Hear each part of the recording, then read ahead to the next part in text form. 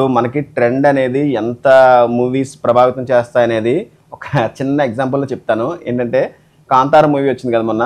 దాంట్లో ఒక హీరోయిన్ ఆ వంకి మొత్తం ఫిల్మ్ అంతా కూడా వంకిసి పెట్టుకుని అది అరవంకిలు పెట్టుకుని ఉంటుందన్నమాట. అంటే దాని నిమిత్తం ఆవిడకి పాపం చేతి మీద మచ్చ కూడా పడిపోయిందని చెప్పేసి కొంతమంది చూపించడం జరిగింది.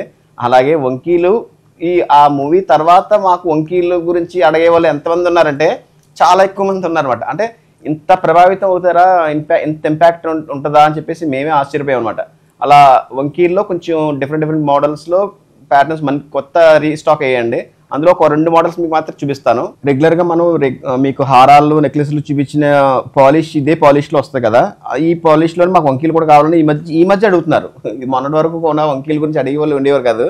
కానీ వంకీలు రెగ్యులర్గా మ్యారేజ్ సీజన్లో తీసుకోవడం పరిపాటి. కానీ ఆ మూవీ తర్వాత మాకు వంకీల గురించి ఎంక్వైరీస్ అనేది ఎక్కువ మూవీ ఇంపాక్ట్ చాలా ఉందని మాకు అర్థమైంది.